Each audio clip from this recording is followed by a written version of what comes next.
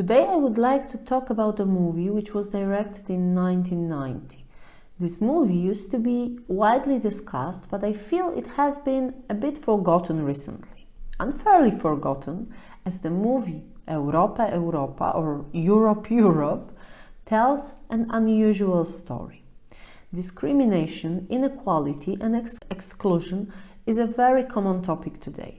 The 14th of June marks the anniversary of the first transportation of Polish people to the concentration camp in Oświęcim, which is the Polish name of Auschwitz. It feels then like a good time to remember extraordinary stories, and the one directed by a well-known Polish director Agnieszka Holland is so. The story of a young Jewish boy who has to pretend to be German is based on facts. The main character, Sally, was born to a Jewish family in Saxony.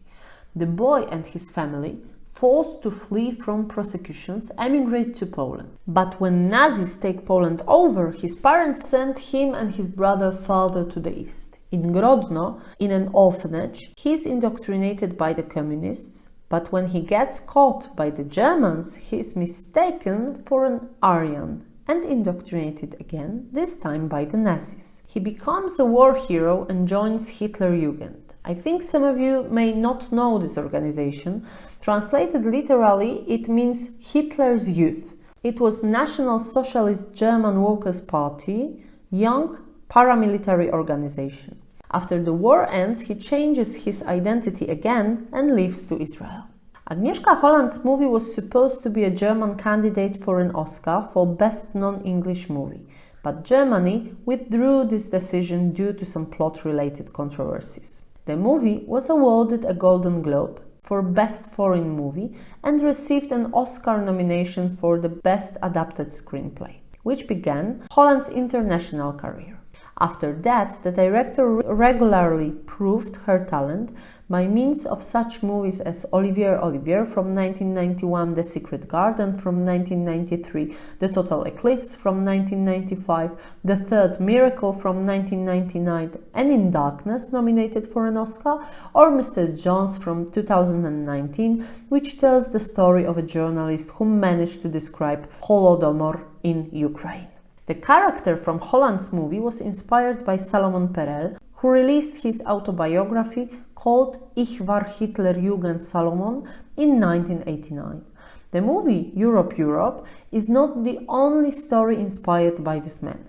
He is also the subject of a reportage, A Boy in a Picture, which was one of the texts included in the book, A Few Portraits with Poland in the Background, reportages from Israel, written by Agata Tuszyńska, who is a Polish poet and writer.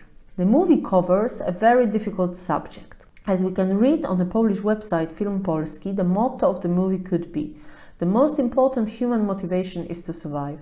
Racial or national sense of belonging or social rules are of secondary significance. Self-preservation was what rescued Perel. But what price did he have to pay?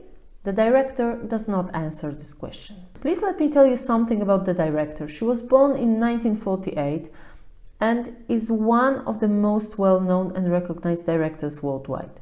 Her movies were awarded numerous prizes at prestigious festivals, among others in Cannes and Berlin. She also received an Oscar nomination.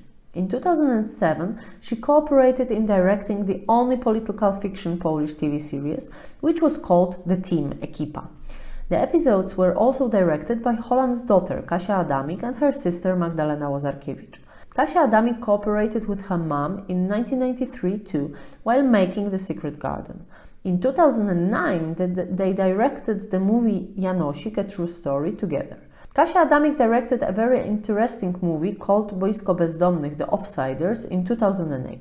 It is about the Polish football representation of the homeless. But we were supposed to get focused on Agnieszka Holland. Why did I mention The Team? Although it was not well received in Poland, honestly, I enjoyed it a lot and I would like to recommend it to you.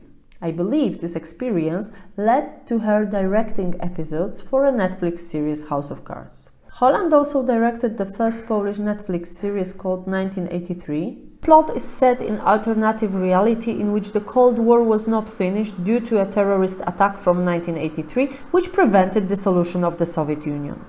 One more thing, Agnieszka Holland is also well known in the Polish neighbors countries, in Czech Republic and Slovakia. She attended a film school in Prague, so the history of those lands have been close to her heart ever since. Two movies which I have to mention while discussing the subject are Burning Bush, which you can see in a movie version or as a TV series, mini TV series. It is a story of a Prague student, Jan Palach, who committed suicide by burning himself in front of the National Museum in Prague in 1969 after Prague Spring was brutally suppressed by the Warsaw Pact army.